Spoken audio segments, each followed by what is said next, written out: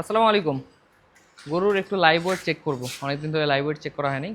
তো কোন গরুর লাইভ ওয়েট কেমন আসলো এখন একটু দেখবো, দু একটা গরু ওজন করে, তাহলে মোটামুটি আইডিয়া চলে আসবে আমাদের। কারণ আমরা গরু বিক্রয় করবো তো সামনে, মানে যেহেতু কুরবানির বেশি দিন সময় নেই, 34 দিন সময়ই আছে।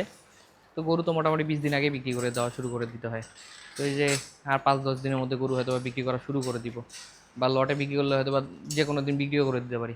এই জন্য ওজনটা করে রাখতেছি।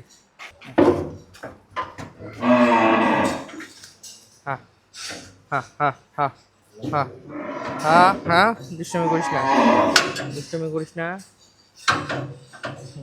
দেখি এনে ওজনটা দেখা তো একটু। 289 কেজি।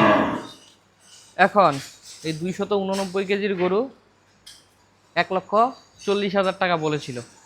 আমি যখন মানে ভিডিও করছিলাম পরশুদিন, 1,40,000 কিনছিলাম মাত্র 81,000। আপনারা অনেকে বলছিলেন 81,000-এর গরু কিভাবে আড়াই মাসে আপনার 1,40,000 হয়।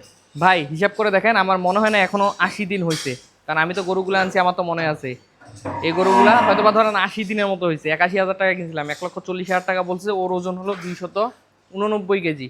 এই যে 88 কেজি, 89 কেজি উঠানামা করতে হবে, 89 কেজি।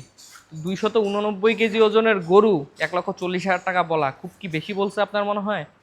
খালি পেটে আছে, এখন খাবার দেয় নেই।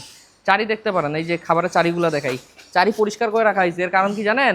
যাতে গরুগুলাকে খাবার দিতে পারি, মানে এখন খাবার দিব, এখন বিকেলবেলা এটা আমাদের খাবার দেওয়ার সময়, মানে ওই যে সকালে খাইছে এতক্ষণ না খাওয়া, এখন আমরা খাবার দিব কেবল। আমি বলতে পারেন ভাই খড় তো খাইছে, সারাদিনে আমাদের খড় খায় একটা গরু হলো 3 কেজি, তার মধ্যে এটা সারাদিনে তো সকাল থেকে দুপুর পর্যন্ত সর্বোচ্চ খড় খড় খাইছে ধরেন 1.5 কেজি, বা নাইলে ধরলাম 2 কেজি। তোর পেটে সর্বোচ্চ 2 কেজি খড়, এছাড়া কোনো পানি নেই। আমাদের গরু সারাদিন পানি খায় না, পানি খাবে দানাদারের সাথে। তো এই 2 কেজি খড়, 2 কেজি বাদ দিলাম, তারপরও 287 কেজি আসবে ওর ওজন। 287 কেজি ওজনের গরুকে আমার মনে হয় না 1,40,000 বলে খুব বেশি বলছে।